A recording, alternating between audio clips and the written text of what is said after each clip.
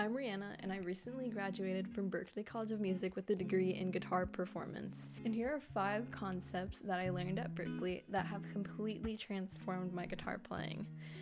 And you're going to want to stick around till the end because the 5th concept isn't even about technique. It's a mindset that completely shifts everything about how I approach music. And trust me, I wish someone had told me about these years ago. So let's jump right into it. The first concept I have for you is about playing scales. And it's about how we can break free from our scale patterns and begin to really get the most out of them, right? When I first started at Berklee, I was very, very comfortable playing 3-note per string scale patterns. I could play them really, really fast, and I felt very confident about my scale knowledge. I knew about all the modes, and I knew how they functioned, but there was one problem. There was something that wasn't really clicking for me musically. I felt like when I was soloing, it sounded very mechanical, and I had a hard time really being expressive with these scales, especially using these 3-note per string scales. And they worked really well for rock and metal music especially, but then when I was starting to branch out into other genres like R&B and jazz, I had a hard time using these 3-note per string scales in those genres. It was like having a vocabulary of words but not really knowing how to form the sentences that actually mean something. So everything changed when my jazz guitar professors introduced position-based scales. And so at first I was a little bit resistant to using this different approach to scales. I was kind of thinking like, well, I already know these other scale patterns so well, so I should just keep trying to work with those scale patterns and keep trying to use those. But you know, I was still struggling a lot with kind of stepping outside of that pentatonic scale box and making my solos sound very melodic. So I decided to give it a shot and practice working on these scales, get really good at using these scales in position. It shifted a lot for me. I was able to connect it back to these major and minor pentatonic scales, and I gained a better understanding of the chord tones within the scales and how they functioned. Shifting outside of my comfort zone just a little bit, even though it was more difficult at first, it greatly impacted my playing in the long run. Let me give you an example of this. So you may already be familiar with the A minor pentatonic scale. In this position-based approach that I was learning, your hand stays in one place and you can easily see how the scale relates to the A minor pentatonic scale. All the notes within the minor pentatonic scale are within this minor scale shape. So it's really just about adding those 2 extra notes to make it the minor scale.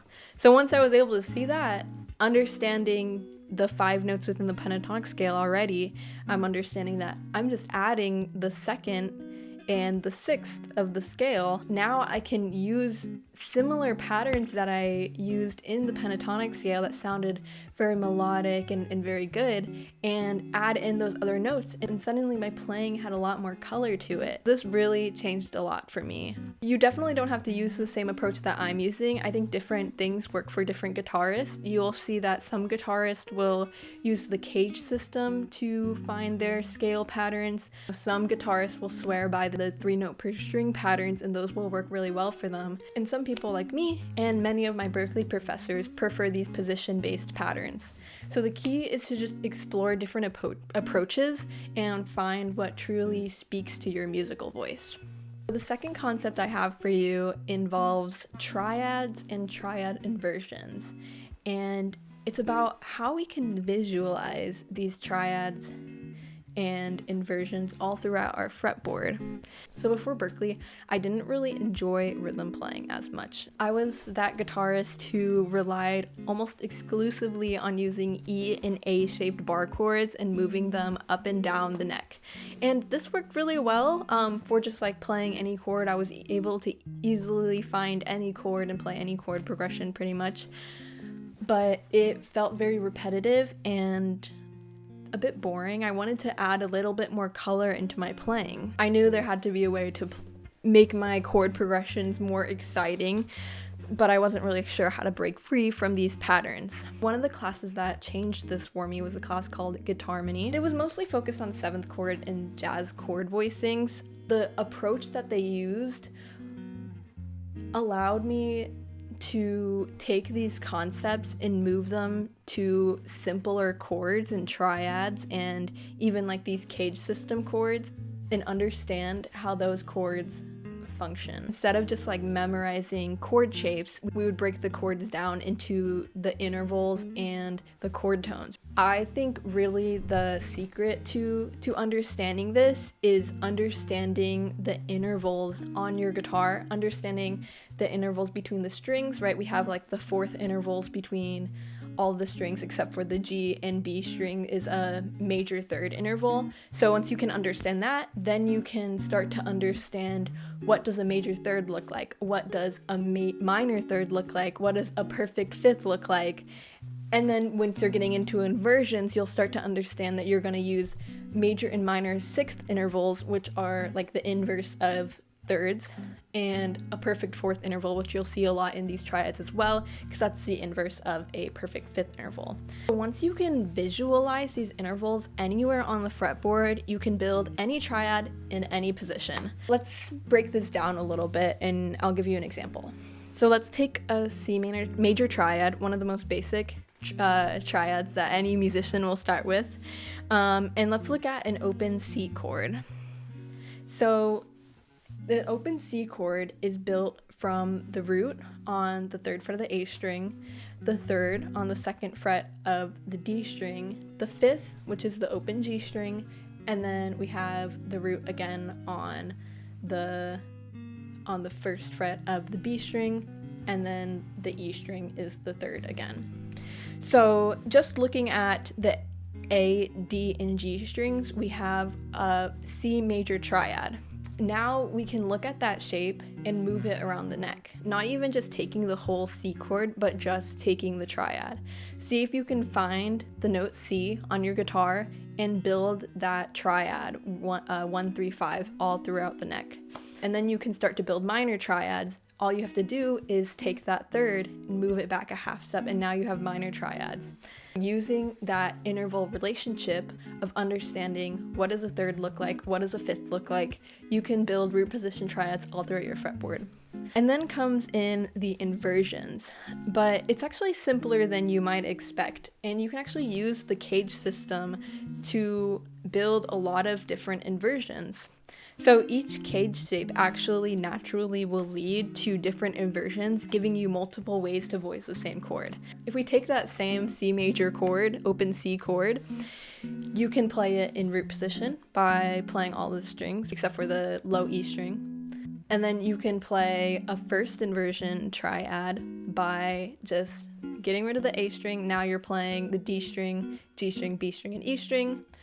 And then you can play a second inversion triad by just getting rid of the D string, and now you have the G string, B string, and E string, and now you have a second inversion triad. Once you can recognize that these inversions are within these chord positions, you can start to figure out how you can move them all around the neck just by kind of visualizing the original root chord and then breaking it down into smaller chunks. And I think using this approach to visualize inversions has made it so much easier for me. And you can use this to create better voice leading in your chord progressions, and you'll find that the chord progressions will flow a lot better when you can move chords around like this using different inversions and triads and all of these different chord shapes. So how does this look in practice?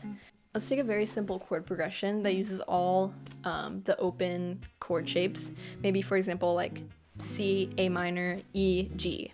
And you can practice using these different chord shapes by, instead of using the open chords, you can try using different caged chord shapes and then breaking them up into smaller pieces. So instead of playing the full bar chord, right, you can just play like 3 strings at a time. For example, you can play that whole chord progression just on the D, G, and B strings in one position, and you'll see how it flows very nicely, and you only have to move a couple of notes between each chord. I think it'll lead to a little bit more of a sophisticated sound on your guitar, and I feel like people will see that and really think that you know what you're doing on the guitar, when you're really just taking the same simple chord shapes that most guitarists know and just breaking them up into smaller pieces. This for me has really opened up endless possibilities for creating interesting textures and voices in rhythm playing, and it's made my rhythm guitar playing a lot more fun and interesting, and it's really led me to have such a greater appreciation for harmony and chords. Give it a try yourself. This is such a complex topic, so I can totally expand on this in another video if you guys would like. Just leave me a comment down below and I can totally dive deep into chords and chord theory because I find it super interesting. Alright, so this next concept I have for you is about ear training. The lesson I learned here was to not be afraid to transcribe by ear and learn songs by ear, learn solos by ear. Before Berklee, I didn't really learn things by ear that much. I pretty much only used tabs. I was very, very reliant on tabs. They were sort of a security blanket for me.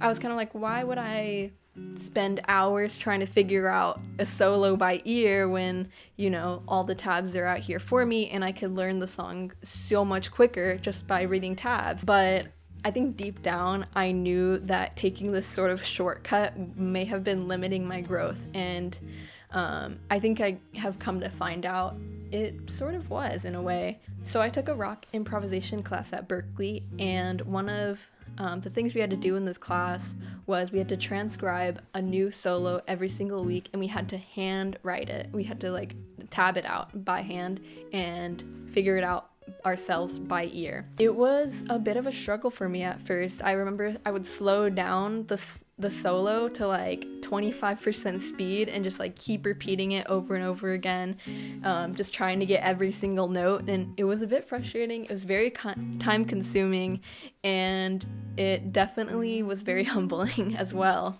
But as I did this more and more, it got a lot easier, and I was noticing a lot of things.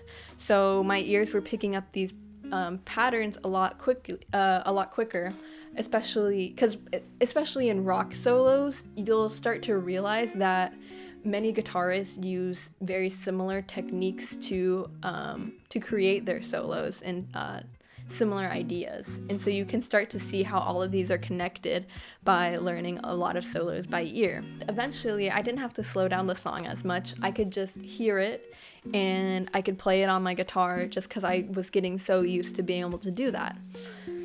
And then I realized, like, I wasn't just learning the solos, right? I was actually understanding what the guitarist was playing. More than just the notes, I was learning the articulation, how they were picking it. I was starting to pick that up as I was listening to these solos and understanding them more on a fundamental level. I was able to take a lot of these music theory concepts that I was learning in school and understand how they were being used by other musicians to create solos and lines. I would learn a solo and I could see like, oh, like maybe there's a chord being outlined here. I can see this triad, or like, oh, this is just like the blues scale and there's an extra note being thrown in there. I could start to understand truly like why these musicians were making these decisions they were when they are creating these solos, and it really transformed the way I approach my own solos. The benefits of this go beyond just learning how to play different songs. It will help your own playing, it'll help your improvisation, and because you're going to develop a stronger connection between what you hear and what you can play on the guitar. You can start to predict chord changes in songs that you've never heard before. I noticed this in a cover band that I'm playing in, and I'm learning a bunch of different songs for this, right? And as I'm just learning more songs by ear, I start to realize a lot of repetitive patterns in music, and I can almost just like predict what's gonna happen because of how repetitive a lot of musical ideas are, especially like in pop music. So how do you go about doing this? I would just say take something like super simple. Take a super simple song or a super simple melody, maybe even just like as simple as like Happy Birthday or Mary Had a Little Lamb, or maybe just find like a guitar solo that's like super easy for you, like you can easily learn by tabs, and instead of using the tabs, learn it by ear. Find a solo that would be super easy for you to learn using tabs, and instead try to see if you can learn it by ear. Like maybe it can be something as simple as Kurt Cobain's Smells Like Teen Spirit guitar solo. That one is just very melodic and it follows the chorus melody, and many guitarists already know it. So if you already know that one, maybe pick a different one, but see if you can figure it out by ear. And then the more you do that, the more your skills will develop. And every time you challenge your ears like that, you're going to be building up that ear training skill, and you're going to just get better and better every time, and your musicality will just grow from there, and it will really, really help you out. So don't be like me and be too reliant on tabs. I still learn songs by tabs every once in a while, but I am a lot more open to learning things by ear, especially since a lot of songs don't even have tabs, or maybe the tabs are not right. If you learn things by ear, you're just going to get much better, and it's going to be so much more helpful for your playing. All right, so concept number 4 I have for you is about not being afraid to sing. Embrace your voice and use your voice to help benefit your playing. At Berklee, all the students are required to take 4 levels of ear training classes, and in these classes, it is required that you have to sing. And it really, really scared me at first, especially I think I had like a fear of singing in front of other people, so it was quite terrifying for me to have to sing in front of my class, because I just was like, it was just something that I was not used to. The very first time I had to sing something in front of the class, I like nearly had a panic attack. It was like so terrifying for me, and I completely butchered it too. I did terribly, and it was just so nerve-wracking, and I just felt so embarrassed about it. What I learned to realize through taking these classes, and now looking back, I wish I had a greater appreciation for my ear training classes, because I realized how helpful they are. And I think this also kind of ties into a lot of the things that I was talking about with learning songs by ear, right? Is that singing can be super helpful for just like finding your own unique voice as a guitarist. So you don't have to be the next Adele or Beyonce to use your voice effectively as a guitarist. If you can play in tune, and if you have good rhythm, then you can likely sing with good pitch and sing in rhythm as well, which is really all you need in order to start singing. And this can be a very powerful musical tool for you. Something that you can do to start to use your voice in a way that will be effective for your guitar playing is to just sing a melody and see if you can play that on guitar. Or maybe when you're improvising, you're listening to like a backing track or something, see if you can sing something along with the backing track and then play it at the same time as you're singing. And you might find that you'll discover more musical ideas that you wouldn't have thought of if you were just playing your guitar and not singing. I find that this can help you create more melodic ideas that sound more expressive and more unique. And it can help you create or make your solos sound more like you're singing through your guitar. You're really expressing yourself through your guitar rather than just, playing this really cool lick or line and like shredding, which I mean, shredding is great too, but I feel like, there can be like a balance between very like expressive and like almost like a singing like way of playing your instrument versus just like a technical way of playing. I found that my fingers weren't falling into the same old habits because I was using my voice instead to guide my playing rather than the scales that I know or the different like arpeggios and things like that I know. You'll start to hear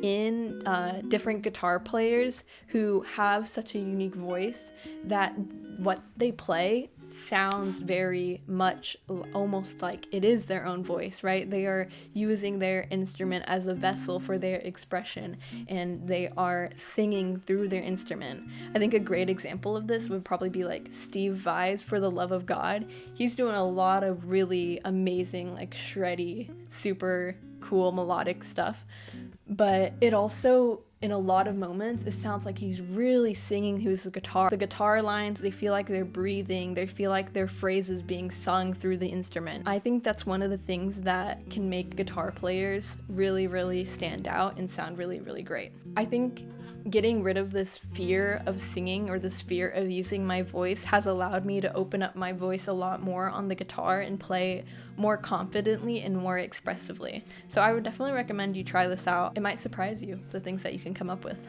This final concept is about how you can just play on your instrument and not have to worry about sounding bad or good or whatever, and just letting yourself be free and play. This is more of like a psychological concept more than like a technical idea. And this concept came from a class called Effortless Mastery. It almost gave me like a spiritual awakening in a sense because of the things that we were doing in this class. It really changed my mindset about playing, and therefore has really changed the way I play and how I'm perceived as a musician. As musicians,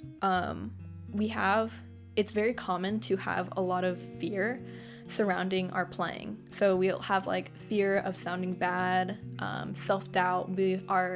Oftentimes we'll be like perfectionists, want to always play the right notes, want to have perfect technique. A lot of these fears might sound familiar to you. So the idea with Effortless Mastery was like, what if no note we play is wrong? What if we just didn't think so much about sounding good and instead like played and just observed ourselves playing? I think a lot of our limitations when it comes to playing music aren't technical. I think they're more psychological. This is like one of the exercises that we did that really changed everything. So we were told to play our instrument while maintaining the space. And the space is basically a mental state where you're observing your playing without judgment, without your ego getting in the way. It's just complete acceptance of what you're playing. You're not trying to make it sound good or bad. You just start just by playing a few notes while in this mindset. Take a step back, take a deep breath, and then do it again. And then you just keep going and just keep trying to play without that fear of judgment, without your thoughts getting in the way, without thinking about what you're playing. You're just trusting that your hands know where to go and you're just playing. So the goal here is to break free from these mental barriers that will restrict our creativity and our expression. Here's what I really discovered when I started doing this. When I stopped trying to impress others, stopped trying to compare myself to other guitarists, and simply just allowed myself to play, I feel like my music became a lot more authentic, and I feel like I was able to have a much more deeper connection to my music. I feel like I was truly starting to find my own voice. Think about these guitarists that you love and admire. They have a lot of technical skill, obviously, and they're really amazing guitarists, but I think what really attracts us to these great musicians is the genuine and raw emotion they're able to express through their instruments. Like, one of my favorite guitarists is David Gilmour of Pink Floyd. He's not even like the most technically skilled guitar player. Like, he's not doing like crazy shredding stuff or like doing anything that's really innovative on the guitar, but just the way he's able to play his solos and the way they sound, you can just tell it's kind of similar to the Steve Vai thing. You know, he's like really singing through his guitar. Same thing with Steve Vai. Like, I think he really embodies this idea of just effortlessness. Like, when he's playing those super fast licks, he's just doing it, you know? He's not worrying about whether it's good or bad. He is just being his authentic self and expressing that through his guitar. This is something that I did a lot even before I took the Effortless Mastery class, and it was just really just taking my guitar and just playing anything. And now after taking the class, I will do the same thing, but it's like I'm very focused on just observing what I'm playing, like breathing and exploring through my instrument and expressing myself through my instrument.